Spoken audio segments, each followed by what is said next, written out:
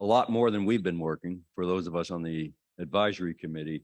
The amount of time that they put in, the number of meetings that each working group has had is an order of magnitude more than the number of advisory group meetings that there have been. And so I just really want to call out the chairs, but the same goes for every single member of the respective committees. But Selena and Jeremy on the energy markets working group, Meredith and Terry on the fisheries group, John and Wing on the environmental and wildlife group, and the supply chain, Matt, Jonathan, and Steve. Steve, is he here today? Ah, there he is, right there. Thank you all very much for your leadership, and please pass to all the members of your respective working groups our appreciation for the work.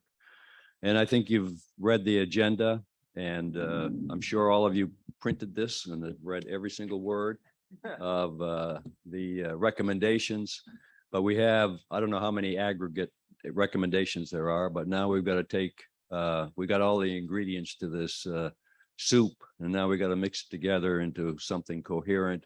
And at the end of the day, a roadmap for the state of Maine, and with actionable recommendations. I think those of you, you can't miss it. What's going on around us in the world, the kinds of activities that's going on around us. I know Massachusetts is getting moving forward, and it's becoming clearer and clearer that the Gulf of Maine is a focus for the region, not just the state of Maine, but for the region. And if we're going to impact it and be part of it, I think the work that we've done now gives us a voice that's based in science. It's based on real world science. It's current and up to date. And of course, the stuff that comes out of the working group, the additional work that needs to be done. But I think we have a basis for having a strong voice in this, not only with the energy policy that's going to evolve for our state, but the state really can't have its own independent energy policy. It's part of a much larger regional grid. And I think we have to look at it that way. And remember, the opportunities just aren't scaled to Maine, they're scaled to what's going to happen in the entire region.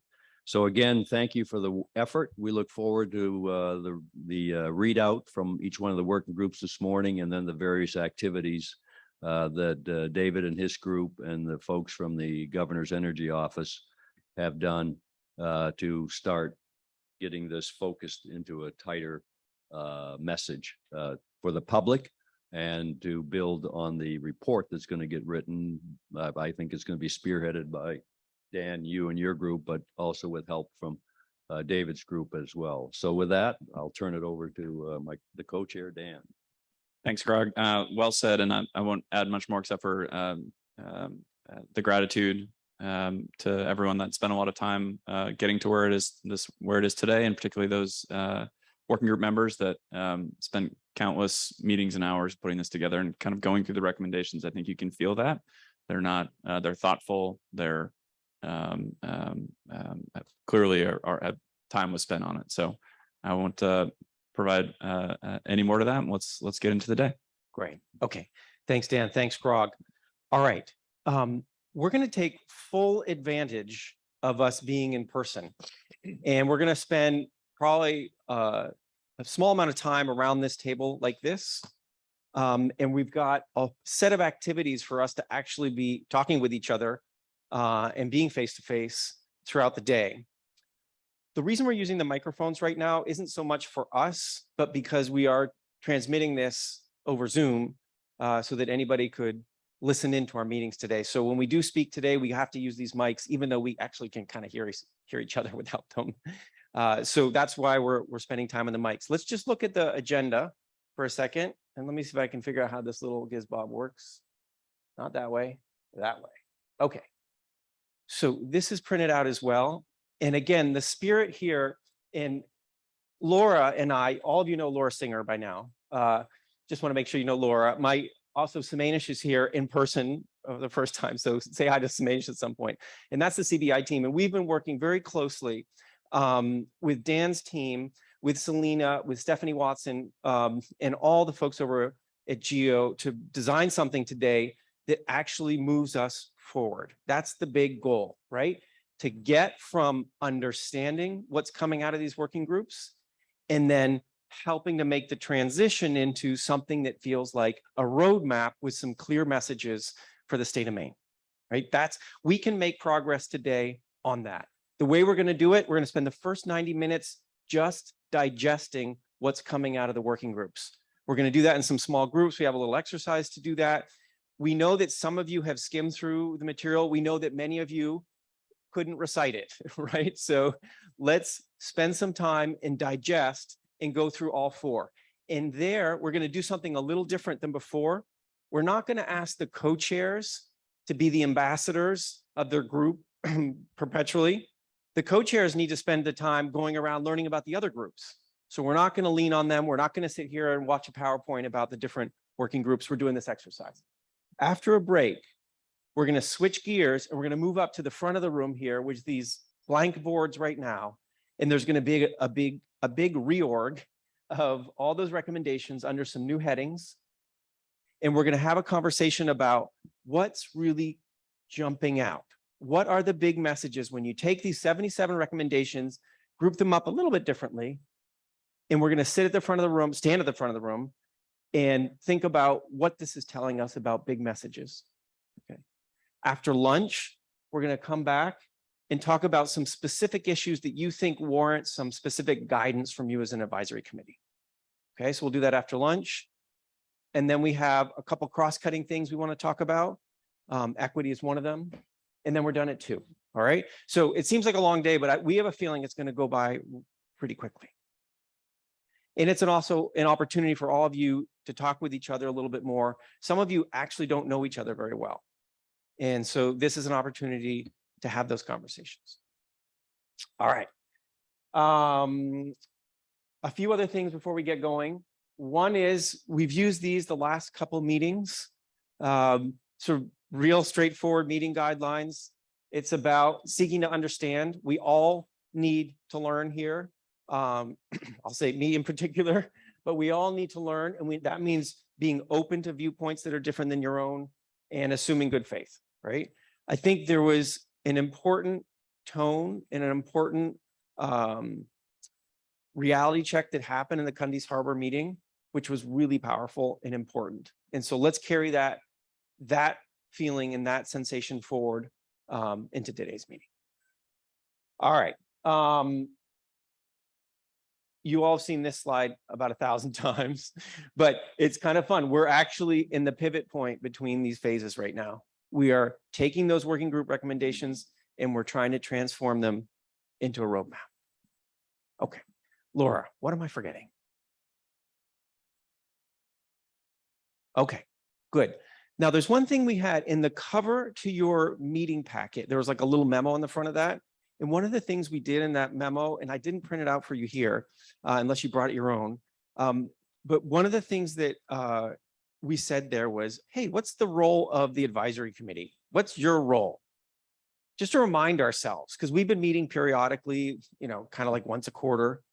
And we went back and said, well, what really is the role here? And that's where you'll see the role is to make sure that the working groups are well advised, right? Your role is to make sure key issues aren't being dropped for some reason. Your role is to assist GEO in the consolidation of all this work into a roadmap, right? Those are the roles. And there's an enormous amount of deference that you're going to be giving to the working groups because of all the time that got put in to that work, right? And you can provide those fresh eyes to say, this is what I'm seeing. This is where I feel like we're falling down a little bit. This really needs to be strengthened. Those are the kinds of conversations we can have today. All right. All right. Before I get going on our first exercise of sitting with those, the working group recommendations, anything folks want to add or any questions about what we're trying to do today, or just anything else that folks want to say before we get going? Anything on people's minds you just want to put out there before we start our meeting? Don? This probably isn't relevant today, but I think in the near future, so we're going to spend the next 4 or 5 months, 6 months getting to a finished product. Meanwhile, the Bowen process is going to come 6 months closer to us.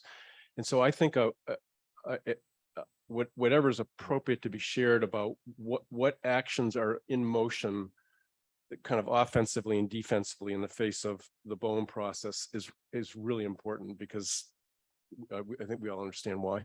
Yeah. Yeah. I'm so glad you said that. And when we look at the recommendations today and you look at the big messages, put that lens on as well, right? That there's a calendar of things that will be happening on the federal process, and how are we syncing up some of these key ideas into them? Yeah. Anything else folks want to mention before we get going? All good? Okay, let's do it. So this is going to be one of these things where you're going to have to actually stand up and move on to other tables. Let me tell you what's going to happen. This is an opportunity to really digest what came out of these 4 working groups. And we're going to set you off into different tables. There's 3 round tables, and then one group is going to be here. We'll throw some chairs on the other side of this U, and we'll make a group here. And what we're going to do is, get you as a group of folks. You'll be 4 or 5 at the table, right, Laura? And this is what's going to happen. We've printed out here on handy dandy little index cards, 1 recommendation per index card. And obviously we've done a little bit of injustice to the depth of information that's in those documents. However, it gets the big idea across, okay? So each table is going to be dedicated to one of the working groups, and you're going to have a pile of these index cards, which represent all the recommendations coming out of that working group. What are you going to do? Literally distribute them amongst yourselves. If there are 4 of you, just equally, everybody gets a handful of them, depending on how many there are. Take a moment, read the ones you got. I got this one, that one, okay. Then share it with the other people at your table. Okay, this one says establish state commitments necessary to build offshore wind industry certainty and meet increasing electricity needs. Okay, and this is also what it says down at the bottom. You literally read it off to each other. These are the 3 I have. Great. And then you drop it on the table in front of you, and you see if there's some recommendations that are similar, right? Group them up. Yeah, these things both are about procurement. These both are about cost effectiveness, right? And the idea here is by tangibly having it in your hands, talking it with each other, you actually start to digest, it sinks in, right? It's a little bit like I'm giving you a school assignment. We are here in Bowdoin, so I guess I get a little bit of free pass on that. So I apologize if it feels a little bit school-like. However, it's the way we actually understand things and learn stuff. Okay, so you're going to start. We'll do 20 minutes, and then we'll rotate. You'll go to the next table and do the next subject matter, and next working group, and the next table, and the next. And by the time you were finished, you will have rotated through all 4. Okay. At each table will be a staff person or somebody who participated in that group. So Laura's going to be sitting in at the environmental wildlife. We've got Melissa who'll be sitting in at fisheries. We've got Ethan who'll be sitting in at energy, and we've got Stephanie at the supply chain, workforce development, ports and marine transportation supergroup. Okay, so we've got, and the purpose of that staff person there is not to be, you don't need to pepper them with a ton of questions, but if you do have some questions about, hey, what are they really talking about here? That staff person can give you the context of the conversation. Also at the table, we have printed out full versions of that working group's recommendations document. So if you're like, wait a minute, I don't see on this card an important action that I thought was part of it, dig into that document and make sure it's really in there. Okay, that could just be a mistake in how we synthesized. All right, so again, we'll assign your tables in just a second, distribute the cards, read them to yourself, read them to your partners, have a conversation about how you might group them up into certain groups. And then we'll reshuffle and start all over again. Any questions about what we're about to do? Sound good? Obviously, it's an opportunity to talk to each other too, right? So it's okay to make this a little bit more social as well. All right, here's the groups. Let me see if I can get this closer without having it fall. I will be gentle. All right, look for your name. If you can't see your name, shout out. The way the tables are, This one in the corner is table 1. That's where you start. If you're group 1, obviously you'll rotate through all 4, but you'll start here at table 1. Group 2 will start here at this table. That's table 2. Group 3 will be back in the corner with Melissa back here. And then group 4 will be here. I'll bring some chairs in and we'll make a little space here. Okay. So everybody see their name? All right. So if you're under group 1, you need to head over to that table. If you're under group 2, you need to head to that table. If you're group 3, you need to head to that table. And if you're group 4, hang around here. We'll pull some chairs together and work on other side. Thanks, folks. All right, so let's get going again. Thanks for your patience. Welcome back, everybody who's seeing us online. Thanks for your patience as we did that small group work. For the next period of time, we're going to be using the microphones and you'll be able to join us online. So thanks for hanging in there with us. Okay, so we just had a round to work through the output of the working groups. Now we're going to do an exercise to go from 77 index cards and recommendations to something that feels more like a roadmap. Okay, to do that, Stephanie is going to walk us through the thinking. You've watched us furiously working at the board here. Stephanie's going to say a little bit what's going on up here, and then Laura and I are going to walk us through an exercise, and we'll actually get out of our seats and come up here in just a moment. But let me turn the mic over to Stephanie Watson from the Governor's Energy Office to talk a little bit about this pathway from 77 thoughtful recommendations to something that feels like a roadmap. So here's your clicker. This one goes forward. Okay. That little arrow down there goes So forward. I And there's gotta also, hold all this stuff. yeah, you can hold the mic too. Sorry. Do I need to push anything? Yeah, okay. Hi, everyone. Thank you for joining us today. It's a really exciting day, I think, to bring all this hard work from all the different working groups together and use all of your capable expertise to help us organize it into a roadmap that we can convey some really key messages to the public. So really excited about this meeting today and with you all being here. Let's see if I can.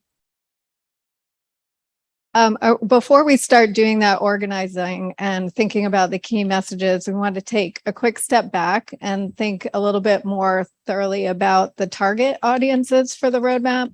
So on this slide, you can see there's quite a range. We could have the target audience of the general public and interested stakeholders. So they might be interested in seeing more about, the process behind the roadmap, what some of the priorities are in the roadmap, why Maine is pursuing offshore wind. Another audience might be federal funders. So that could be the US EDA, for example, who funded the roadmap itself. Other federal funders that may be interested in seeing some specific projects that they could fund out of the roadmap.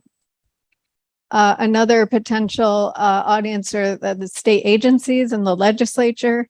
So in terms of trying to actually implement the work from the roadmap, those folks may want to see that those pieces really keenly identified. Other states and regional entities, including Atlantic Canada, for example, may be interested in seeing in the roadmap the opportunities for beneficial regional collaboration. So we'd like to convey maybe messages around that. BOEM and other federal agencies are interested in seeing what the key priorities are for the state. So our roadmap should be articulating that as well. The private sector, so this could include a wide range of private entities, including offshore wind companies. They would be interested in getting signals from the state in terms of how they might be able to pursue and work with us on economic opportunities. And then another audience may be the public sector. So our partners at the state universities and community colleges, et cetera, they may look to the roadmap to see if there's some information that they can use to help craft and implement programs at their respective institutions. So we have a wide range of potential audiences for the roadmap, and we also have probably quite a few different key messages we want to convey through the roadmap. So let's see. This we wanted to propose a framework for transmitting these key messages in the roadmap. And first, we thought we could start with 6 key objectives. And I'll just read through them here. They're not in any particular order. Advance renewable energy markets to reach climate goals, sustain Maine's fisheries and coastal communities, protect the Gulf of Maine environment and wildlife, invest in infrastructure that brings benefits of offshore wind to the state of Maine, support Maine-based innovation to advance cost-effective and responsible offshore wind, and then provide economic opportunities by developing Maine's supply chain and workforce. So these are our proposed 6 objectives to help us organize the content across all these recommendations and transmit the key messages to reach some of those target audiences from the previous slide. And underneath each of these objectives, we envision that there will be a paragraph that's transmitting kind of the core idea of that objective. We would also have some strategies under each objective and try to keep it to a pretty manageable level, maybe 6 to 8, depending on how much content we have under that objective. You could probably see from the board here, there are some areas that we could have more content under, and we may need more than just a few strategies. The strategies are actually going to be an effort to try to consolidate some of the recommendations. And then we'll also have some supporting actions under the strategies. So we'll have the overall objectives, the 6 objectives. We'll have a core paragraph for each on the central ideas. We'll have the strategies for each, and then we'll have some supporting actions as well. And there will also be probably a few pieces that are cross-cutting that we may elevate or pull out and won't be necessarily under one of the 6 objectives. So topics like regional collaboration or equity, we may actually focus on more specifically in the roadmap, and they wouldn't follow under these 6 objectives necessarily. So that's our proposal. What we have on these boards and what you saw us furiously putting up before are all the working group recommendations sorted into these 6 objectives. And so I'm going to turn it over to Laura and David now that they're going to walk us through the exercise that we hope you can help us with in terms of sorting them a little bit more thoroughly and looking towards consolidating into our key messages. Okay. Thank you, Stephanie. Hang on just for 1 second, because the next thing is me asking you to stand up and all come up to the board. But before I do that, does anybody have any questions for Stephanie and sort of the way we're thinking about this structure and the logic behind the structure? Anything that immediately jumps to mind you'd want to ask a question? Meredith? Yeah, look, don't forget the mic. Thanks. Stephanie, could you just talk a little bit more? I was glad to hear you sort of say at the end that the regional coordination pieces and equity, which I think seemed so cross-cutting, are going to be pulled. Can you just talk more about how you envision that working? Because I guess just my immediate gut reaction looking at this is it feels very sort of like parochial. This is like those 6 things. So I'm just wondering, how can we make sure that we are thinking about the broader picture and that's really front and center and clear to other people as well? Yeah, that's a great question. I think we're still trying to get toward the specific of how that would happen, but I think we agree that to elevate those pieces and put them front and center and maybe call out boxes or a whole chapter on those pieces as overarching content for the roadmap. Yeah, that's the general idea. And Meredith, just by the word parochial, you're thinking, let's not keep ourselves right down too much in Maine and let's think about our context. Is that what you're saying? Yeah, I mean, obviously we want to do things that are beneficial to Maine, but recognizing that all of this work fits into a broader picture, how do we make sure that it's clear that we've contemplated that as we are taking that Maine lens on all of this work? Yeah, I think that's a great point. And I do think that most of the working groups made a really strong effort in that regard to think about how their work fits into the larger context, look to studies and as you did in your working group, Meredith, bring people in from other places to make sure we have that information and lessons learned from elsewhere to better understand our place in that larger context. I think, Meredith, thank you. I think that's critically important. And I think that I think we collectively have to consider that applying to everything we have up there, because we can't think of it as a main kind of thing. Everything is going to have a regional impact. We're the smallest consumer in ISO New England, except I guess for Vermont.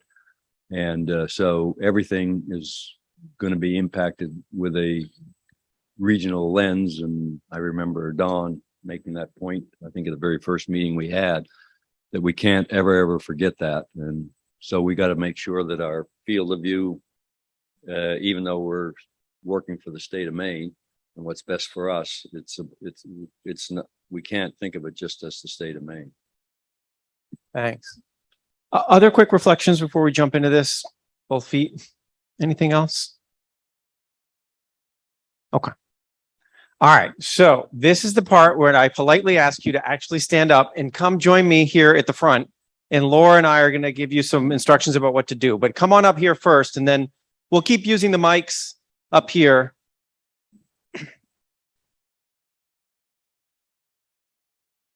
Come on up. You just don't be shy. Right up here, close to me. Thank you, Terry. You knew what I know. I know. All right. Okay. So Laura's going to walk us through a little exercise, but the essence of what's about to happen is we want you to engage with the board. You already know, right? You just spent 90 minutes walking through these. So these will not be unfamiliar. We want you to think about these objectives, right? These 6 big buckets of ideas. And then what's really going on underneath here, right? If you had to shout out a big theme, what would that big theme be? Okay. If there's opportunities to cluster stuff up a little bit better, that's fine too. But the goal of what we're about to do is say, what is this really telling us? And what does Maine want to transmit through this roadmap? Okay. So Laura, walk us through what we're going to do. Oh, okay. So I need I need a cheat sheet. Okay. So the first thing we're going to say is spend 10 minutes and just interact with the board. Probably take about 5 steps forward and look at it. So we're going to take 10 minutes and just let you all read. It might be a little bit less than 10. Okay. Then we're going to count you off again with the school-based theme into groups of 3. And we have these nice high tables here. And what we're going to do is we're going to ask you in your groups of 3 to try to start to name what the big ideas are here, right? I'm not asking you to summarize each of these things, but to say on this set of issues, what's the big idea? What's the big message, right? One way to think about this, Stephanie mentioned that the roadmap under each of these objectives, assuming we stay with these objectives, these are open for discussion too, by the way, but assuming we stay with these 6, each one is going to have a little paragraph before it gets to the specificities of what we formerly called recommendations and now we're calling strategies. Right? Before they get there, there's a paragraph. That paragraph's going to say, what this really is about is this, right? And we have strategies that are getting at this, this, and this, right? So we're constructing what that core message is that then these things support, all right? You're going to be sitting or standing in these tables in groups of 3, and you're going to have some other things you can put on the wall. These oversized stickies, and these ones stick on the back. Write a short phrase or a couple words that expresses that big idea and stick it underneath here or near whatever these strategies are. And so we're going to end with not only these strategies, formerly known as recommendations, on the board, but also some sort of big conceptual ideas about what we're trying to say. All right. So Laura, help me if I'm messing this up, but essentially it's read yourself. We'll count you off into groups of 3s. In your groups of these 3s, think about what these big messages are. You can start wherever you like on any of these objectives. And then physically take these up and put them up. Now, one last thing. Less is more. It's not going to be great if we put like 50 things up here, right? So really think through what is that message. I'd prefer to have 1 or 2 that are very strong and clear than we've got like, essentially you've just summarized every single index card. That's not going to work. The second thing is, if you saw that some other group already put that same idea up there, you don't need to put yours up. Just put a little check or something on their card. Okay. If you get tired, you don't feel like standing, feel free to sit down. But the idea is to stand and do this. I would say, as you're looking across to Meredith's sort of eye, what she already did, is there may be something I don't see, or there may be something in these objectives that you might want to, feel free to add a little note there if that's something important, or there's just all this white space. So you could take a sticky and say, yeah, regional, I want to see that here, for example, as another way of sort of saying, as you look at all of this, how would you start to think about it? And how would you try to capture within what's been created as now 6 buckets, the key themes for those 6 buckets? Yeah, Terry, go ahead. Just a quick question. I just want to make sure the details are going to be listed under the paragraph, right? No, we're not just going to have a heading. Oh, yeah. Okay, all right. Just want Oh, to yeah. make sure that all our work didn't go down the tube. Yeah. So there's 2 things that are going to happen. One, the strategies, aka the recommendations, will still be there, right? They'll probably be consolidated down, a little more simplified, right? They'll still be there. The paragraph is all about this big message, the elevator speech version, right? So if you're trying to communicate this to different publics, you've got some words and some ideas to communicate. By the way, the other thing in the roadmap is the full text of each working group's output will be an annex to the roadmap, right? That's not going to disappear. That's going to be like, the working groups did all this work. Here's the full thing. We've synthesized it down into this roadmap. Make sense? Okay. So let's just take, maybe you don't need 10, maybe 5 minutes, and take like several steps closer. I'll get out of the way. And then we're going to count you off and put you in some groups, and you can stand around these high tables and think about the big messages. So jump on in. If you have any questions, come find me or Laura, please. All right. So we've got 6 of these high tables here. So we'll do 6 groups of 3. You're about 18 people right now. And so I'm just going to count you off, and that you'll have to find yourselves. Assume these are tables 1 through 3, and these are tables 4 through 6. And you can find yourselves, and then just talk. What I want to have happen at these tables is just talk for a moment. Like, what's a key phrase or idea that's jumping out here? Talk it over a little bit before you start putting anything down on paper. Then use one of these pens. Folks online, we're going to go quiet for a little bit while they have their conversations. All right. Super. If I can get you guys to take a few steps in, if you want to abandon your tables for a second. Thanks for being on your feet for all this whole time. Okay, so let's look at what we have, folks. Or even before we do that, how was this exercise? How did it feel to do this exercise? What did you sense when you're doing it? Was it a daunting task? Was it interesting? How would you describe it? Let me give you a mic, Rock. Yeah. So I thought it was well worth the investment. First of all, one of the things that this whole process has lacked is face-to-face interaction with everybody. And so I think that's indispensable, because as we go forward, we're going to have to continue to develop the level of trust, mutual respect, et cetera, et cetera, et cetera. So this was important for that single purpose, but also to start having a dialogue and start, we read all this stuff. Oh yeah, that sounds like a good idea. That sounds like a good idea. These are all good ideas. But so I think you got to start somewheres, or else everything is all equally good. And if you're going to go through that process, you got to develop mutual trust, mutual respect, and then you have to start the hard work. So if you didn't start with baby steps, you're not going to get any further. So I say it was a good investment of the morning. Great. I would just say, when Stephanie started, there was a list of all the different possible audiences. And I think what's nice is that this group in many ways represents those diversity of audiences. And so when we sit down and say, what are your keywords for each of these, everybody kind of sees it a little bit differently. But by trying to put our heads together, I think it helps us get closer to what those audiences that were identified out at the outset, because we all kind of relate to it in different ways. So I think it was a nice way to pull that out. That's great. No, thanks, Suzanne. Yeah. I do think whoever came up with the 6 buckets, I think we've got just about the right buckets. We can play on the margins, but I think that's very much embraces what we're trying. Super. Yeah, that's great. Okay, any other reflections before we get into some of these themes about doing the exercise? Okay, great. So speaking of buckets, I noticed there was one suggestion about merging the infrastructure bucket with innovation. So if anybody wants to say a little bit more about that, that could be an interesting pathway to talk about. I don't know which group did that. But I just noted that. Were there other thoughts about the buckets in addition to what Grog said that they generally feel right? Anything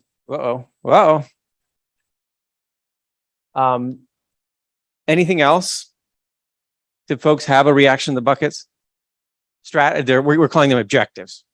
Yeah, I think they're great. The only thing, I don't know if I'm jumping ahead, if this is what you're going to do in the afternoon. But in terms of a potential additional one, which you probably don't want to do, to me, there's just this cross-cutting piece around engaging with Maine people. And I think I had shared at one point, I loved how the climate action plan came together to add a section at the end that really focused on, it's not just each one of these pieces has a specific communication piece, but to me, it's actually, you need to get to each stakeholder group with their specific strategies. But I wonder if there's sort of a overarching strategy that makes sure that we continue to be focused on engaging with Maine people and communities more broadly, and that there is a specific engagement component to each one of these as well. So otherwise, I think they're great.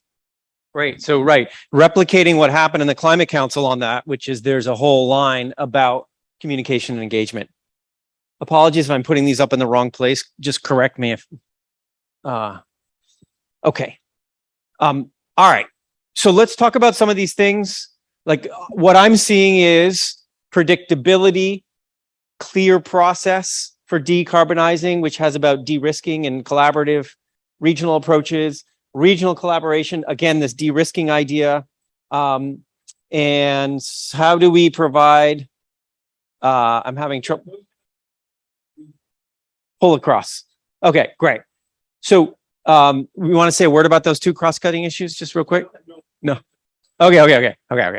So over here, we're seeing comments around sort of predictability, the impacts on risk, the impact on regional collaboration. Okay, so that's some of what I'm seeing here. Here we're seeing invest in port capacity, both large and small, right? To get us ready for the 21st century.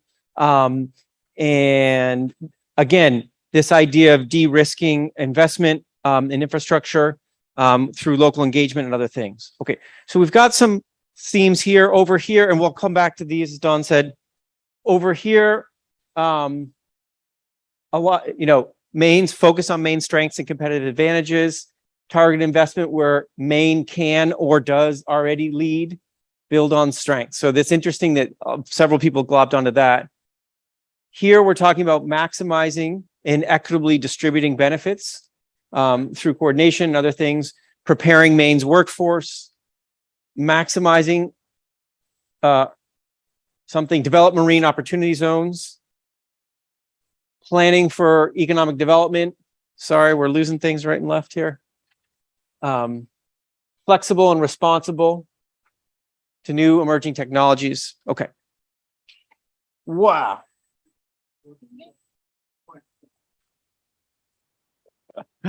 Good thing lunch is coming soon. Somebody take some pictures of this before it all falls apart. Okay, and we've got some more over here. Over on this board where we're dealing with fisheries and coastal communities, we're dealing with Gulf of Maine, environmental wildlife. We're talking about robust engagement, resilient communities, accountability, preserving the social and historical aspects of the coast, clear and concise communication, smart, inclusive, transparent planning, right? Commitment to sharing space and existing together, right? Doing upfront work to avoid all the things we know can go wrong, right? Higher standards, right? Learning from the things that didn't go so well further south of us.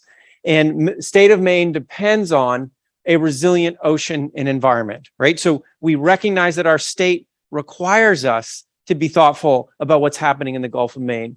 Inform, process, collaborate, fund, make informed, data-driven decisions. Okay, those are some of the things I was seeing Don, what's going on here? How do we provide what's that word? This is a product of a governor. And the question is, how does offshore wind be led, stewarded over time, kind of beyond getting politicized? So the PUC would be the example of that on the land side electricity generation process. Okay. So thinking more beyond a particular political cycle, and how do we revisit and inform offshore wind roadmap in the future? Same idea. Okay, got it. Okay. What else is really important for you all up here that maybe I didn't say in my super fast? What else is critically important to mention that's jumping out? Terry? Yeah, so we had some discussion when it came to the economic opportunities by developing main supply chain thing about zoning. You know, a lot of these towns along the coast here, people move in and they don't want to see an industrial, you know, they want to see a pretty main scene, pretty main coastal scenery.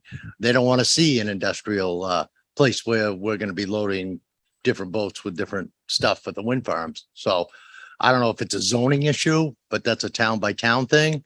But, you know, we need to have a spot where we can do the work that's going to be necessary to develop these things. So I don't know how to do that, but. Well, it's something I've heard Grog say this before as well, sort of that if you add up the number of actual shoreline miles that are industrially zoned today, it's quite limited in the state of Maine. Yeah. Okay. What else needs to be said loudly right now about this, about the big ideas emerging here? Ports. Okay. And what about ports? That's Grog and Terry's point right there, I think. But I mean, just one word, ports. We got to have them. Got to have port infrastructure to do this. There's no other way. Okay. Wayne? This came up on several different groups, but being really targeted about where we're focusing our energy. So unlike the supply chain, we can't be experts in everything. On the innovation side, we can't be experts on everything. So be targeted building on our strengths, I think goes across the board in a lot of these. Don, do you want to say something? Yeah, and just coming at that same concept from a different angle, being crystal clear about what's the regional collaboration priority here and what's the in-state Machiavellian, you know, how do we make sure that we're advancing Maine's interest and just be crystal clear and not mixed up between them. With the only caveat, Dom, maybe is when we are engaging, when Maine is engaging in regional spaces, Maine's quite clear about its priorities and what it wants to do, right? So there is some importance in Maine getting its act together of being very clear about what would be a good thing for Maine in the region. Will? I think the offshoot of that, both in terms of ports and just kind of preparing the state, is that long-term planning and thinking through workforce development. You know, we're thinking through how do we get people in third grade now prepared to work these jobs in 10 years, and where do we need to be targeting that educational investment? And I think that gets at, you know, it's not just the benefits of offshore wind need to be felt inland as well. And so we need to be thinking much more broadly than just the coastal communities. How are we sustaining all of Maine through this opportunity for the state? All right. Anything else you want to say now? Right. Yeah, I just I'm also really, I guess, struggling a little bit with the proposed buckets and wondering if in order to really focus on our competitive advantages here, we need to go a layer deeper. Those are all really high level, and it's sort of like all motherhood and apple pie kind of stuff. So like, where do we really want to focus our energy? And I think that theme keeps coming up and up again and again today. So I just wonder if maybe a step down is where we need to go to have those buckets be really meaningful. Right. It's if the bucket is too broad, it doesn't actually say anything. Right. Okay. That's interesting. Anything else before we jump into lunch? What we're going to do after, oh, go ahead, Don. So there's a colossal amount of investment that is basically framed in the infrastructure and in the supply chain side. On the fishery side, it's defense. And I think that we need to think offense there, that what, the defense is important, but looking forward, how does the fishing industry come out of this better off as opposed to paid off? And so, that was where the notion of a port strategy that's aimed at ports large and small, as opposed to the 3-port strategy. And I think the fishing industry really, it's their question to wrestle with, because, but I think how to be offensive there, not just defensive, is a really important outcome. So interesting, right? Because it hasn't really emerged in the fisheries working group's recommendations to date, right? After lunch, Meredith, you have a different view on that? Do you want to share that? I appreciate the sentiment, but I actually think it's very proactive. It's a lot of upfront work to make sure that we, instead of sort of being on the defensive side and trying to deal with things after the fact, we're doing, the recommendations really focus on doing a lot of work up front, both to understand potential impacts and to avoid siting in places where they might occur. So I view it differently, and maybe we haven't categorized it that way at the higher level, Don, but I think it's in there. My own view. Right. And maybe it's using a different metaphor than offense and defense, and more about a question around avoiding harm versus providing benefit. I'm just thinking aloud. Yeah. Yeah, I struggle with the coming out better off. I mean, we are looking realistically at 560 to 800 turbines, period. So I do think the strategy has been proactive. I think this regional context to use Maine's assets so that the fishing industry isn't impacted without Maine receiving the other benefits is really, really a big deal. But the reality is we are producing potentially energy for the region that is going to have a massive impact. I don't see how the fishing industry wins. So this is solid, but if you have better ideas that turn this thing around for the fishing industry, get them up there, because maybe I'm just too close, but up to 865 feet turbines. I think we've covered a lot with what we've got. Great. Want to say something? No. Okay.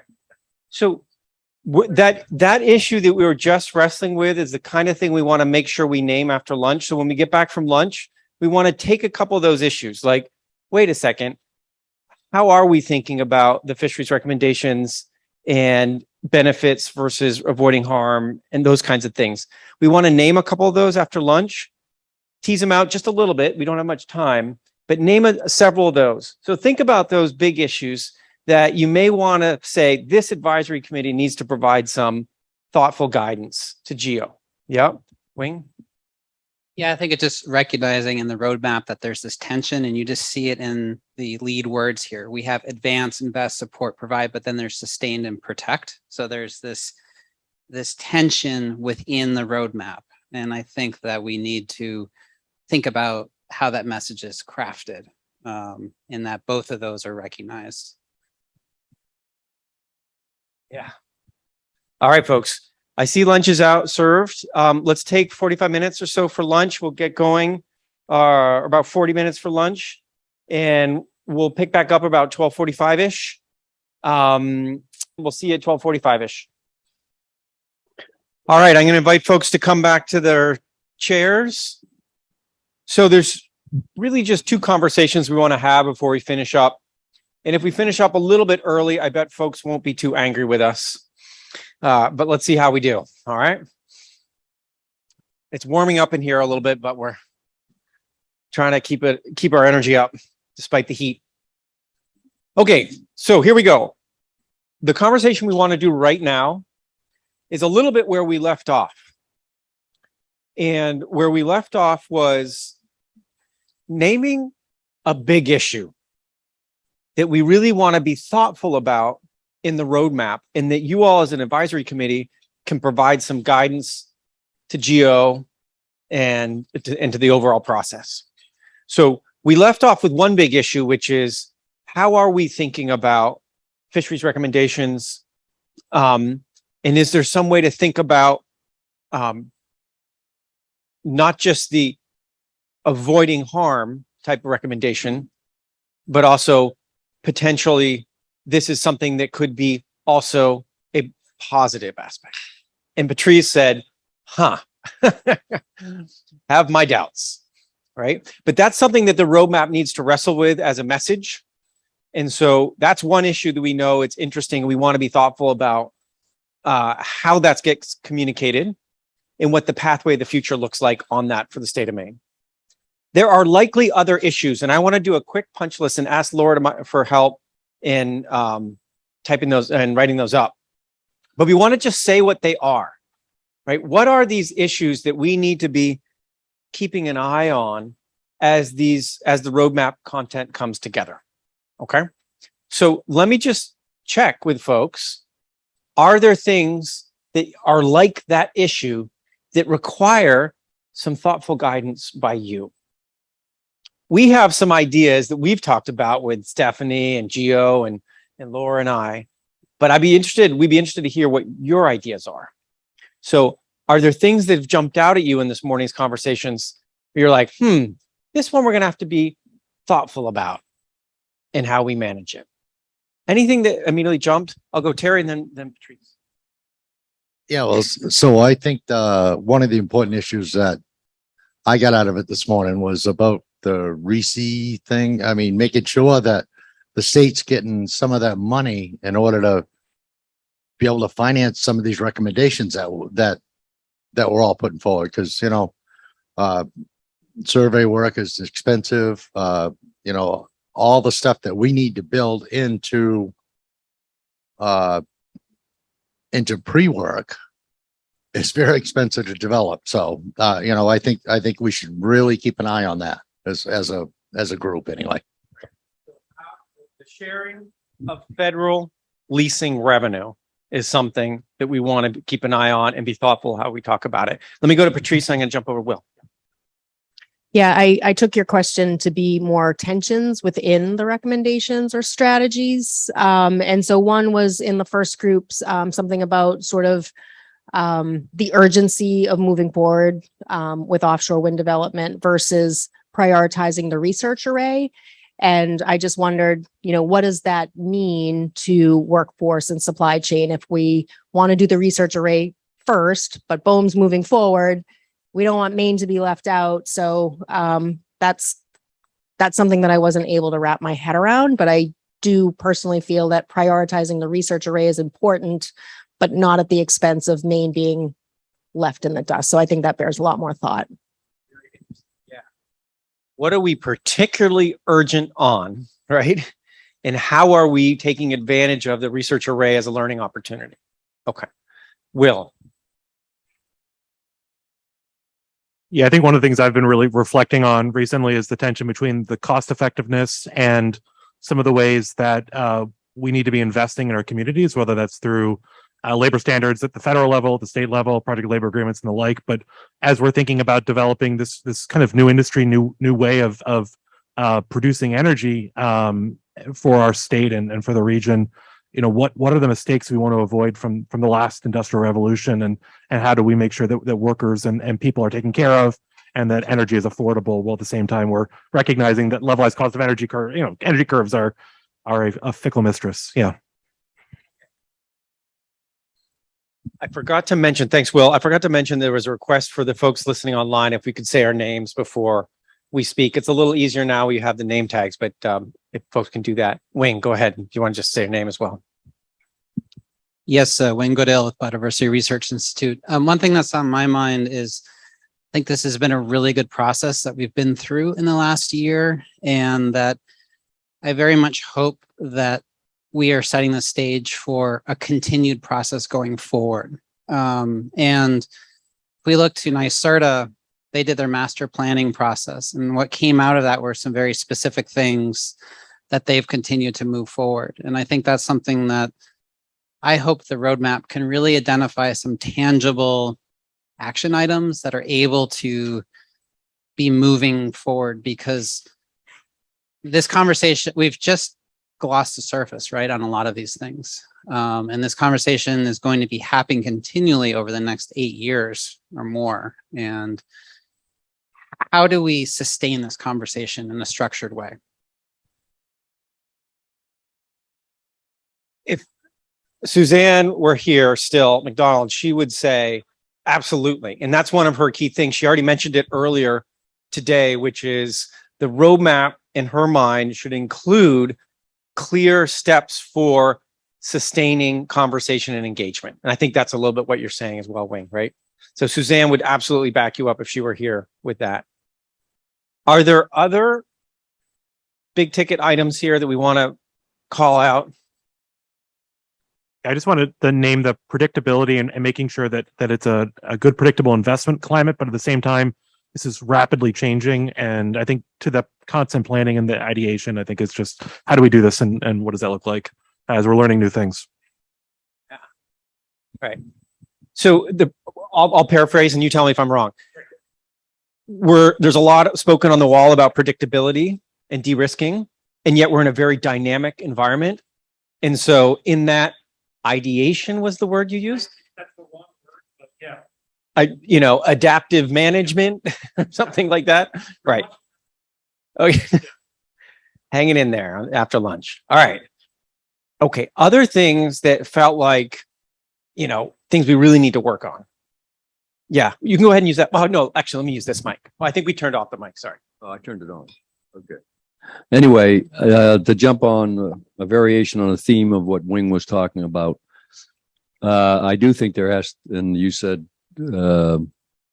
others have mentioned this, the transparency and openness. And if we don't keep that going, any data that helps inform this will only be credible to everybody if it's totally transparent in what your assumptions are, what you're trying to do, and as that data is collected and turned into knowledge.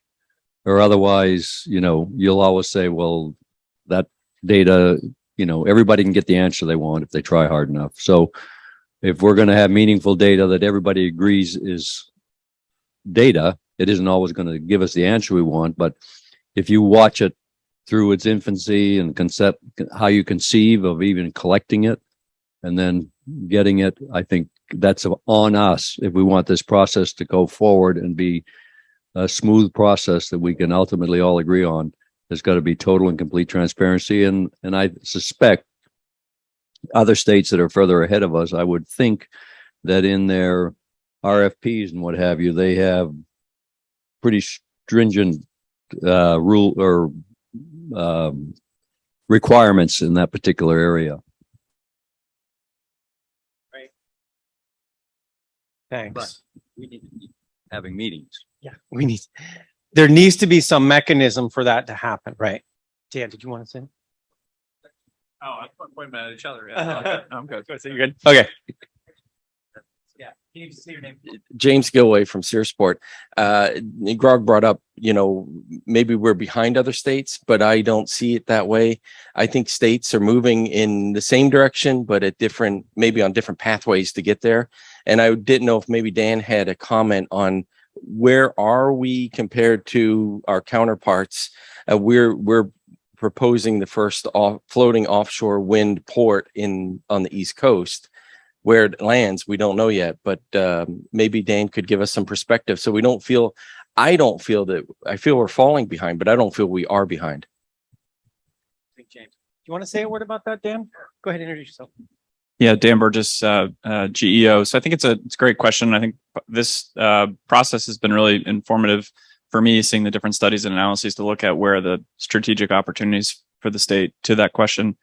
I think we're seeing other states or jurisdictions consider floating. California, West Coast, definitely, and then even a few areas further out further down the East Coast. I think what I'm hearing and seeing, at least when we're talking in the industry, is that there's going to be a significant amount of opportunity, and the timing of that really could be built up. And you see that in some of the if you look at the construction timelines up and down the East Coast, there's a lot happening. And so there is going to be additional opportunities. So I don't think we're behind.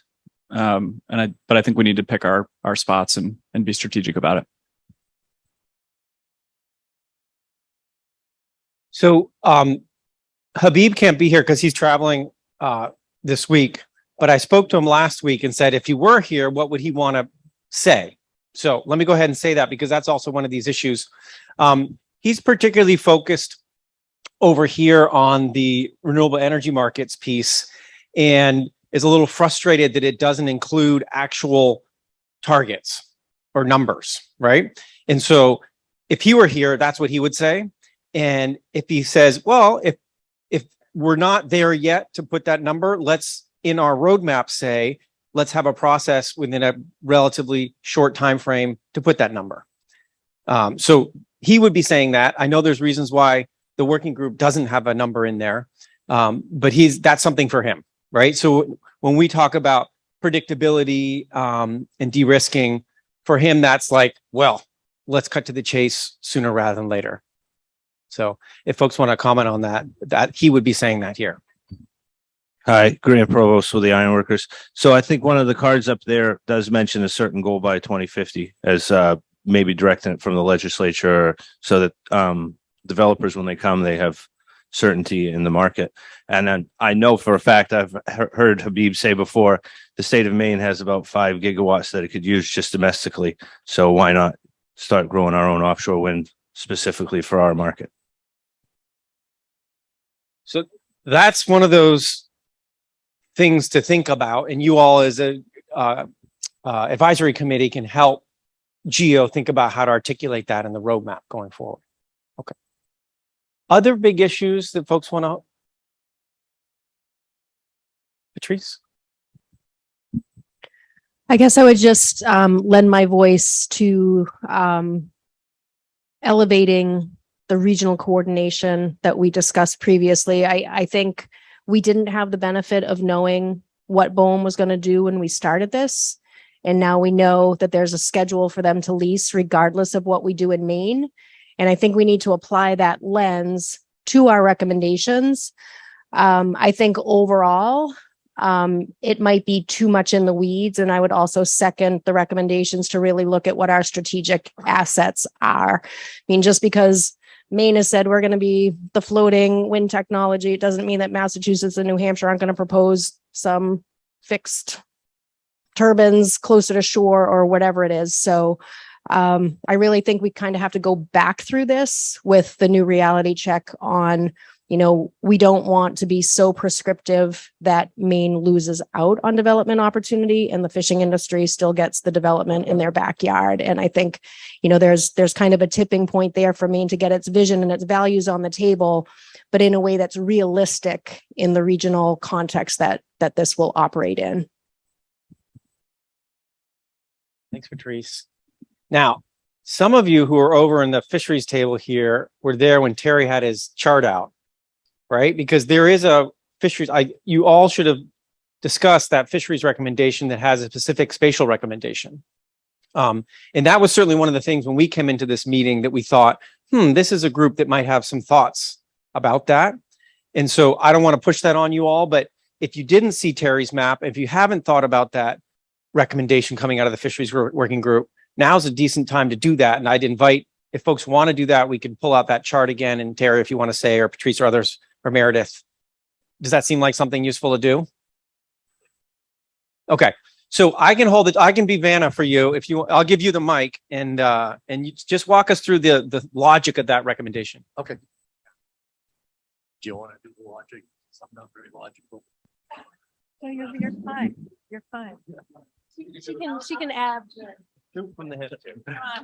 That's the way I roll. Can folks see? We get a little closer. Yeah. Yeah. It's it. Yeah, so I may have Wayne come up and talk about this a little bit too, because it kind of aligns with what their thoughts are on it. But basically, 80% of the activity in the Gulf of Maine comes from in this area here. This is LMA 1 in the northern Gulf of Maine scallop area. That's where it's like this blue. It's a little dotted. See the blue dots there? Comes down and goes across here. That's an existing management line. Fishermen are used to working with that line. We've been working with that line for decades now. So we know where it is. We all stay within our boundaries. The people that are permitted, they stay in that area. Okay, this is out here, people like me who fish. So I'm kind of throwing myself under the bus here, but I'm a small group of people. And this is a big area. And the type of fishing that we do is not as constrained as say the zones for the lobstermen and scallops. They're in just certain spots, right? So 90% of the scallops in the Gulf of Maine are right here, right on this, from between here and here. So that covers that. The herring fishery, the herring area 1 herring fishery is mostly in here. Oh, it's all in there because it's all inside LMA 1. That eliminates that. Those are all important fisheries to the state of Maine, as well as New Hampshire and Massachusetts, but this protects their fishermen also. So this was kind of the compromise. We kind of danced around a whole lot of different areas. And I proposed this at one of our last working group meetings. And although people were reluctant to accept it, it's a good faith effort to, and we're not calling it a no fly zone. What are we calling it, Meredith? Yes, or something like that. Yeah, that was your, yeah, that's what David said. So now I don't know if Wing, do you want to come up and talk a little bit about what you said at our inside of our group? The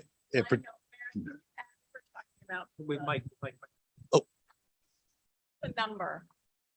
There's one other number that I think you had, and it was in the recommendation in terms of quantifying activity. Yeah, two things I would add. First, that area also encompasses a substantial amount of the really hard bottom. And hard bottom tends to be some of the most kind of complex habitat, most heavily utilized by, commercially important species as well as protected species in the Gulf of Maine. So, there's a tie here also to the environment that's not just around fishing activity, but on the fishing activity side, as Laura alluded to, and as Terry alluded to, the activity that occurs inside of that line, predominantly by the lobster industry. Maine alone has 1,260 license holders that operate within that line. NOAA estimates that in the entire Gulf of Maine, non-lobster fishing is around 920 permits. But those 920 permits make 40,000 trips annually. The lobster industry in that area makes 260,000 trips annually.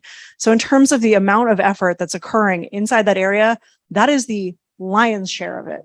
And so that was really the heavy, discussion that this group had, was how do you avoid the areas of greatest effort, of greatest habitat importance, not looking to, to identify exclusion, but really looking to identify the areas of greatest potential conflict.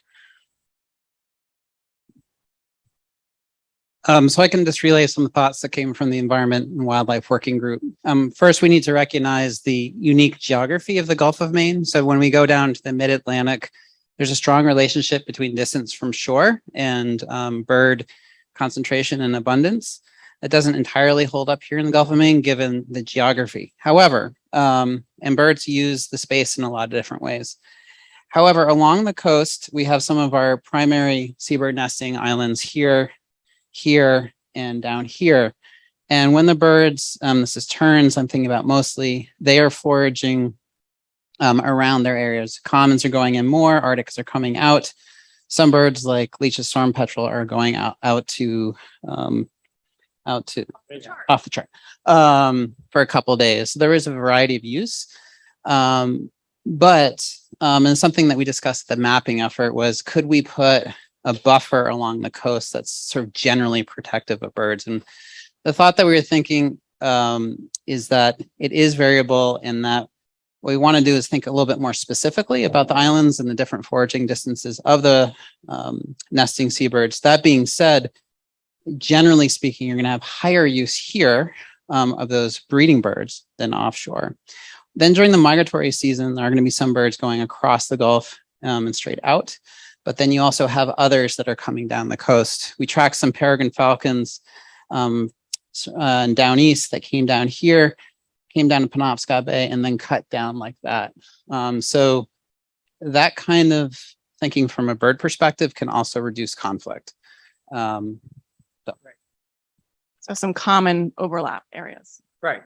And that's sort of the interesting thing, is sort of seeing where those areas of greatest potential conflict would occur, and some coherence between where the wildlife, particularly from a bird standpoint, and the fishing effort is happening. Okay. But so that came out of the fisheries working group, and I think caused some consternation. It's something that, you know, part of what we've set up here is around cost-effective development. Are we doing something that may impede the cost effectiveness of offshore wind in the Gulf of Maine? I don't know. So this is something that you as an advisory committee may choose to provide some guidance on, either right now or in the future as we're moving forward with drafts of the roadmap. Yeah, Matt? This is for Terry. So that line that you showed when you were first explaining the chart there, everything westward of that to the coast would be, I guess, like the buffer zone, if you will, right? And approximately how, like, what's the closest from the coast to that line? I mean, obviously it's variable, but It's like 30 to 45 miles. Yeah, starts out at 30 down east and works its way down to like 45 miles, something like that. Sorry about the mic situation. sorry. I guess my question would be, does anybody in this room have any insight into like what a buffer like that would do to this industry? Like, I mean, is that going to, are we going to shoot ourselves in the foot, or like, is that okay? I mean, I don't know, because I mean, I'm assuming it's like relative to the cost of the transmission cable, right? And the subsea cables and everything going back to the beach.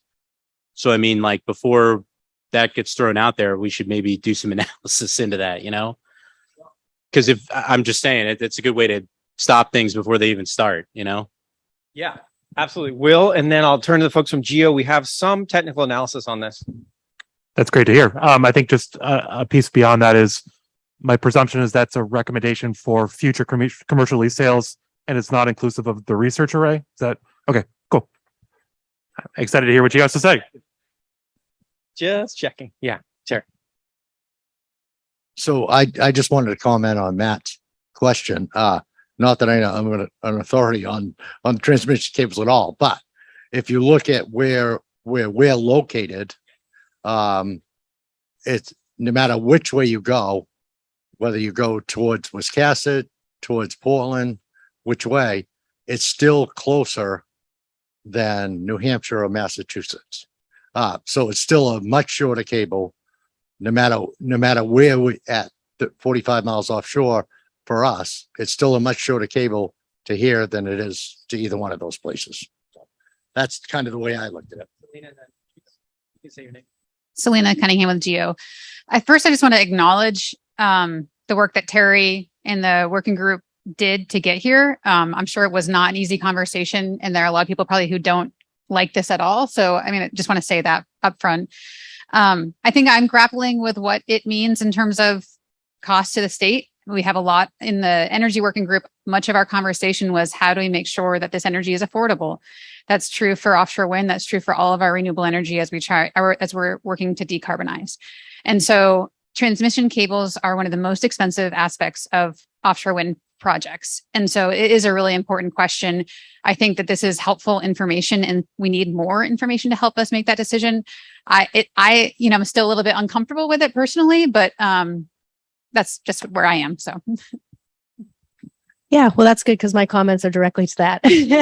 I mean, I'm no economist and I don't know the numbers, but as an observer of what's been going on in offshore wind, if New York Bight was leased for over $4.5 billion, I can't imagine that extending the cable 5 or 10 miles is a make or break in this arena. I don't know that, but logically, it seems like the money's there. And with a fishing heritage at stake and a lot of coastal communities, I think, there are other cost benefits that would go into that. And the other point is, to this sort of predictability and risk aversion, I think for developers to know that the fishing industry is willing to work with them on these terms and people aren't going to come out one after another, as you shift a development around a highly fished area, you're just going from one pissed off group of constituents to another. So there is some surety to say, you're avoiding the major footprint that means a lot to the fishing industry. And the fishing industry is committed to working with you to site these properly in the area where we feel would have the least harm. Admittedly, politically, I would hope that New Hampshire and Massachusetts would agree. Regionally, I think everybody values the fisheries and potentially, we could make that work. But I do think there's the straight up cost, but then there's kind of the reality check and the things that would just end up costing a lot more because it's going to be way more difficult for everybody. I just want to make one more point, and that is that the federal leasing process is a federal process. The states can articulate, what their priorities or interests are, but the decision is ultimately the federal government too. And so there are various levels in this process. I just want to flag. What would be happening in a recommendation or a strategy in this roadmap is a strategy for Maine to articulate its interest, right? Our interest is avoiding conflicts, and we have a recommendation around that. That doesn't mean the federal government's going to listen to you necessarily and where the wind energy leases are.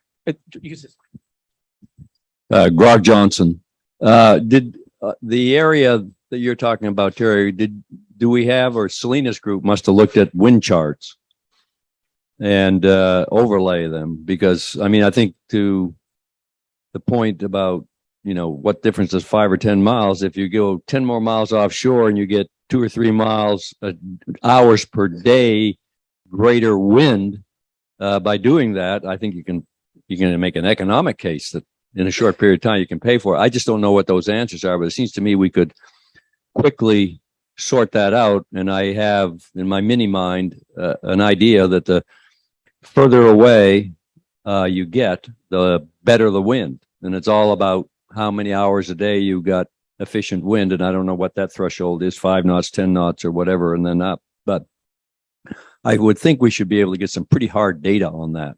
And then that can help you come up with a number that, will be one that pretty darn defensible because you got economic data that can support it. Well, and then. Yeah, and I was also a member of the energy working group as well. And I guess what's kind of jumping to mind for me is this seems like a really reasonable compromise to somebody that has absolutely no idea what you looked at. And so this is great, but I'm thinking about the need for an offshore grid and thinking about like if multiple developers are going to be working 30 to 45 miles off, how do we minimize the amount of cables that are coming to shore? At what point do we need substations? Where would substations be appropriate? And I think that is, how are we reducing the cost for consumers and at the same time not turning our ocean into a plate of spaghetti? And so I think that is just what's on my mind for me is how can, as a state, can we articulate in federal waters the need for some very deliberate grid planning for the future? You want to say your name? Carol Woodcock. I just wanted to say, I don't think this is really going to be anything the state has much authority over. I mean, BOEM is going to open up leases, and I don't think that the other leases have been 45 miles out. So I think it'd be unlikely that would be the case here. Okay. The reality check. Yes. Okay. Grog, and then I'll jump to Dan. Sorry. Just to that point, again, if we had hard data, we could help inform BOEM. And that's part of what we've been doing, building a database. And I do think if the wind is better 50 miles offshore than it is 40 miles, you can quickly start making an economic case for it. Thanks, Rob. John? Yeah, and I think this is a really thoughtful idea. And obviously a lot of hard work went into it. And I think when you start trying to price it, so the obvious is the transmission cable. If you're amortizing that transmission cable across an offshore grid that's coming ashore through that corridor, the price per unit of energy goes down, or per unit distance goes down. So there's the transmission cable piece, but I think there's three other pieces that we've touched on that are equally important. The first is there an incremental wind efficiency gain? The second is, how do you quantify the project risk side of this, or the D-risk? I agree with you, Carol, that BOEM has the authority it has, but developers have watched what happened with the Statoil, who came in here, and we all know the kind of permitting risks that goes on for issues here. The energy corridor from Quebec Hydro is a good example, and so I think that putting a dollar on that risk is a really, it's a hard thing to do, but I think it's doable. I mean, the people that are sitting in Europe and skyscrapers deciding where to go next are pricing that risk. And then the last thing is, what's the price of peace of mind in coastal New England? And there are ways that economists price that. Every time I've seen that, it always seems underpriced. But I think those other three benefits, so to speak, need to be looked at as seriously as the cost per foot or mile of cable, because I think they're real to the people in this room and the people we represent. It's really helpful.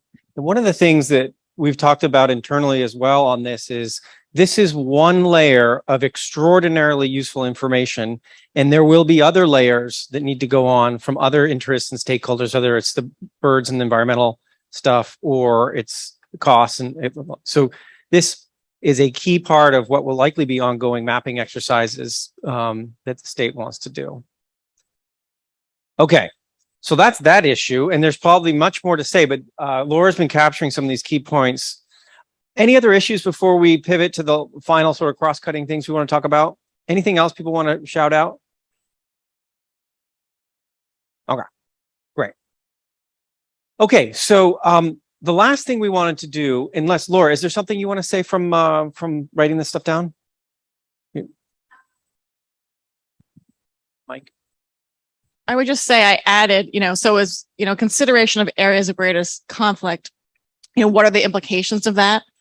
Understanding the developers' costs and their priorities also from the wind resource. Those were the sort of the questions we need to ask ourselves as we're going along. And I was going to add in the other sort of global price and costs that might be less tangible that we need to make sure are part of considering that. The multiple pieces of cost. Yeah. Okay, great.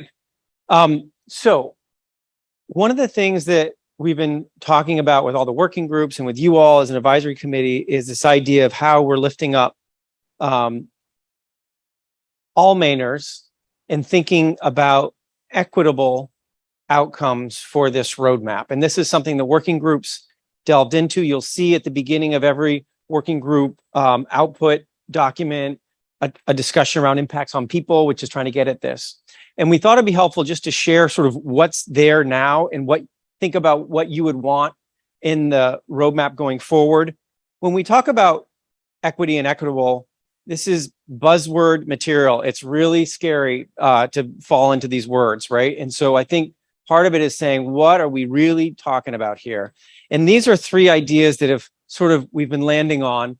One is, how is this roadmap supporting the talents and futures of all Maine people, building a diverse workforce and supply chain, and proactively addressing what are obvious existing inequities today in terms of that access to benefit, access to talent and support. Okay. The second bullet is about, if there are negative impacts or potential negative impacts? How are they distributed? And how do we address or avoid and mitigate potentially disproportionately impacts that are disproportionately felt? Okay. So that's another piece of an equitable roadmap. And the third piece, which I was just talking to Suzanne before she left, that she puts on the top of all of it. So this is her first bullet, is what are these opportunities for participation by the full range of actors who have a stake in this, right? Particularly actors who aren't typically at the table in these conversations. This is how we're circling around a definition of what we're trying to do here in terms of impacts on people, being fair, lifting up folks who often have the hardest time in seizing opportunity. All right. So the working groups worked on this, and there's a lot in here that sort of fits into those definitions. Some of it may speak more to you than others pieces, but these are some of the ones. And so the first one is about moving towards a clean energy future and off of fossil fuels. And the reason that has kind of an equitable aspect to it is because today's fossil fuel economy disproportionately places burden on certain communities. And we've seen that, and it's very well documented. And it's not as much an issue in Maine, although Maine buys its power from elsewhere, but this is a reality. And so moving away from that disproportionate negative impact is a positive. The second is about supporting disadvantaged communities or marginalized communities and populations to participate in offshore wind in this case, but it's basically participate in opportunities for economic development and growth. Here, the workforce recommendations, the supply chain recommendations you've seen, many of them are very specifically thought out for that purpose. The reason that they talk about registered apprenticeships, or the reason they're talking about getting into high schools, the reason they're specifically talking about the supports that different communities need to be able to participate is for this, right? So it's baked into a lot of it, and there's probably more that can happen, but it's very much in there. The third piece on there is about the disproportionate negative burdens, or potentially disproportionate negative burdens. And this is where a lot of the conversations around understanding what those may be, mitigating, avoiding them, right? A lot of the work on fisheries, environmental wildlife has focused in that space, but just being straight up, like, we want to be very conscious if there will be disproportionate negative impacts and what to do about that. Or there might be, yeah. And the final one is about costs, because when we talk about energy, that is a big part of people's budgets, particularly people, low income, middle income families. And so what we do here can have impacts on the cost of energy for families in the state of Maine, right? And it's not just your electricity bill, right? Because it's today, most Mainers heat with fuel oil. They drive their cars and pay gasoline. So what does this do to your energy cost as a Mainer? And what can we do in our roadmap to be attentive to that and cost effective? And that's why there's a lot of recommendations around cost effective issues and being very conscious about that. So that's some of what's in there now, and there's probably more too. But those are things we wanted to highlight. So the working groups have been doing that. A question for all of you. Sorry, before I get to the question for all of you, the piece about participation and what people call, I just lost my train of thought. Instead of substantive equity, it's procedural equity, excuse me, procedural equity. We've been talking to a ton of folks, and I say we very broadly, the working groups, GEO, we've helped facilitate conversations with a number of people. You know, there's nearly 100 members of the working groups and this advisory committee when you add them all up. Fairly diverse, a lot of usual suspects, but fairly diverse. There's 500 and something folks who've been participating in the webinars that were happening in March, April, May. Again, with a diversity of folks. There's been small group meetings with some of the people you see on the screen here. So there's been a lot of effort, and there's still much more to do, right? And this gets to Suzanne's point and Wing's point as well about what's the ongoing piece of this. Finally, how should the roadmap address these issues, right? If Suzanne were here, she'd be saying, I'm inclined to have it baked deeply in to the actual objectives and strategies. And then you could talk about it in a cross-cutting way, but don't have it some little thing over here in the side. It needs to be fundamentally part of what the state is seeking in its roadmap. But I'm curious if folks have reactions to this just now. How are these issues being addressed? Where are we falling down? What does the roadmap need to do to think about an equitable approach to how the state pursues offshore wind? So any quick reactions to this and sort of how it's been playing out to date and how it should play out in the roadmap? Any thoughts? Don? So I think this is in some ways harder than any of the other stuff we've been talking about, which is hard. Secondly, I appreciate the effort that everybody's gone into on this. And third, just to be blunt, I think of the four categories in your kind of your kind of equity chain, so to speak, the first and the fourth are kind of like, okay, I don't think they mean anything. They're true, but I don't think, I think they're kind of net results of this as opposed to distributional. And I think the third and fourth, until you reduce it to specifics, it's just window dressing. And I recognize that there was some effort made to reduce it to specifics, but if you think about the educational side of this, there's a decadal social change. I mean, there's a complicated kind of theory of change thing that has to happen there. So until it's specific and kind of theory of change linked, to use some jargon, I think it's just we've checked off the box, no matter whether it shows across everything in detail or whether it shows up in a side box. And so it's a really hard next thing to do. And we either have to commit to it or acknowledge that it's too hard. And I think it's worth committing to, but it's right now, it's just, you've gone one step more specific than equity, but I don't think it's much closer to a quantifiable impact over time. This topic is very prone to checking the box, right? It's a very prone area. So it's up to us to figure out how we get as real as we can. Grant Provost with the Ironworkers. So as far as the equity piece, I think that our board is kind of missing a little bit of, Searsport's here, but local voice as far as there's a coastal communities workforce board, and this is their job. They dive into this a lot, find, misrepresented communities and bring them to the table. It's their job to connect them with a service provider to get them into employment situations. So they could help us a lot right there. I'm going to have a labor moment here for sure.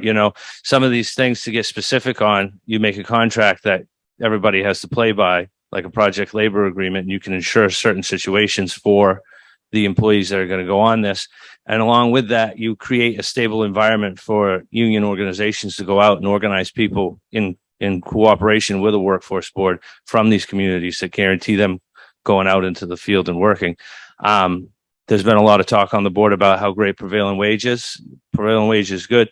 Currently, I'm working a wage theft case with the DOL and federal DOL, and they reach out to me and they're trying to figure out who are the non-union employees that had worked for this person before they became union, because they're not worried about what happens with us.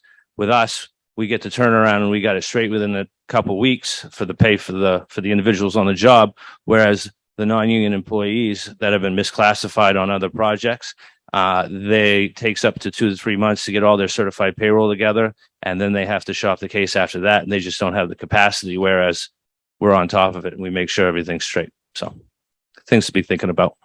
Thanks. Yeah. Right. So that's another lens on it, is how organized labor is part of the story going forward, right? Okay. Other things, Will? I'll just say, as somebody that I suppose aspires to be Suzanne one day too, is this notion of what are we baking in, but also what's being done already, and recognizing that I think sometimes we feel like we have to create the perfect and tailor-made Maine solution. I think there's been an immense amount of work done at the federal level on this, the Justice 40 initiative in particular, And I think, almost an audit of sorts of the recommendations as compared to what federal, I guess the federal floor is at this point. And I think that there's a labor component of that as well. Whether we're exceeding or going below the labor standards that the federal government is looking for. But I think this is an opportunity for us to make sure that we're backed by the federal government at the same time, relying on what is being done elsewhere, and what those that are further along, those that have dealt with the disproportionate impacts more, what lessons have they learned from that? Because I think for Maine, we're more on the side of how do we make sure that the benefits are shared as we're doing this going forward. But I do think making sure that the roadmap is aligned with something like the Justice 40 initiative, and at the same time making sure that those accountability metrics are built into this, so that we are continuing to meet, that there's something going forward, and the people have a voice in that. Anything else on this topic? Because as we'll talk about in the next steps, one of the key next steps is Geo is going to take all of this back and start to come up with a draft version of the content of the roadmap, right? So the more advice we can give to Geo about this, the better. Anything else on this topic? All good? Okay. So we had also expected in this little block of the agenda to talk about anything else that you all think needs to have that cross-cutting look. I'm remembering Meredith's comments earlier, like, come on, Maine, lift your head up, make sure you're not being too parochial, right? So that's part of this sort of looking across all of this and making sure that's not happening in all the regional collaboration strategies we've seen on the board too. Is there anything else that folks need to say, like, don't forget this as you are working across all of this? Any other issues, Grant? Thank you. I would just say, along with the put your head up, be ready to adapt to technologies as they come forward so that we're not buried and passed right over. Right. I think Will made reference to that earlier too, is like, this is dynamic. We need to be ready to be dynamic. Okay. All right. So let's talk about next steps for a moment. Unless, Laura, is anything else you want to say about what you're doing? Okay. And I'll pull on Stephanie and Selena for help with the next steps as well. But from today's meeting, as I mentioned, Geo takes this back and tries to articulate what this thing is going to start to look like, make a draft roadmap. In principle, we have in practice, we have a meeting on the books, a tentative meeting on the books in the third week of September. The date I'll get wrong, and I think it's the 21st, but right around the third week of September. And in principle, in that meeting, we'll be reviewing draft content of that roadmap, right? That's the plan. And I'm saying in principle because we're not quite sure how long it's going to take to do this. And so we want to just hedge a little bit and say, we're planning on doing that. We'll let you know if we're going to make it or not. And I'll invite Stephanie or Selena to put a finer point on that as you wish. I would just caveat that as a roadmap framework might be the better way to go. I don't know that we'll have a draft document in September. I think we'll need longer than that to develop the full document, but getting to how we're addressing the various levels of the recommendations and strategies. Maybe somewhere between a draft and a framework. Yeah.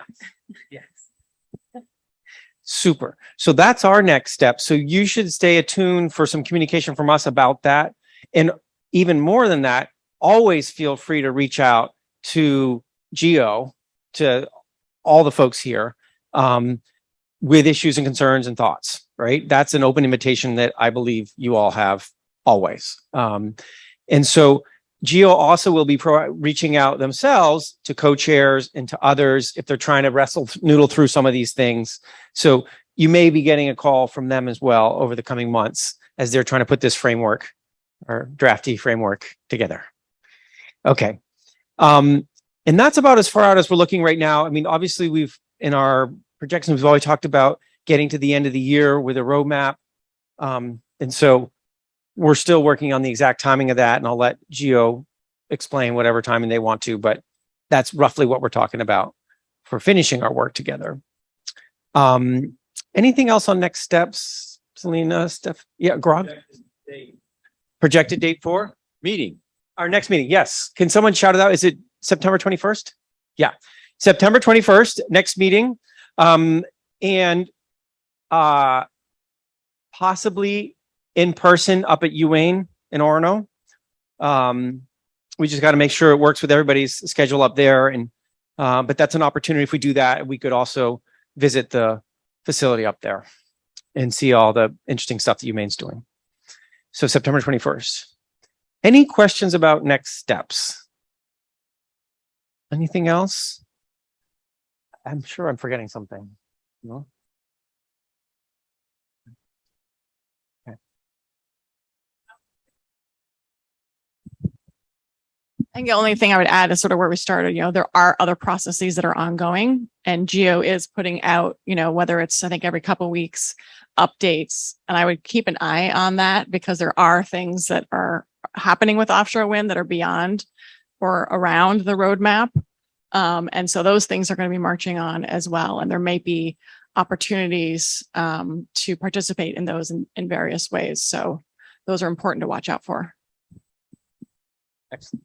Okay. Any last thoughts from folks before we wind up today? Any final reflections about today that you'd like to reiterate or say? Dan? I think maybe I want to end where we started, just in gratitude. And I think I would just say we're going through the agenda and I was like, how are these sticky notes and note cards really going to work? Is this going to come together? And I'm just really impressed that it has come together. So thanks to the CBI team and all the state staff, but you can start to see it come together. And I think seeing it in the buckets is really helpful as we think about how we're actually going to get this to a framework, to a final roadmap. So thanks for everyone's day and I'm excited to see this move forward. No, I'll second. All right. So it's hot. Let's finish up. Thank you, everybody. Thanks for those of us who are online today. Thank you very much for sticking with us. I really appreciate everyone being willing to hang in there online. And please let us know if we can improve this experience going forward. Thanks, everybody. We'll see you in September. And don't hesitate to reach out. And thank you for all this thinking. I really appreciate it.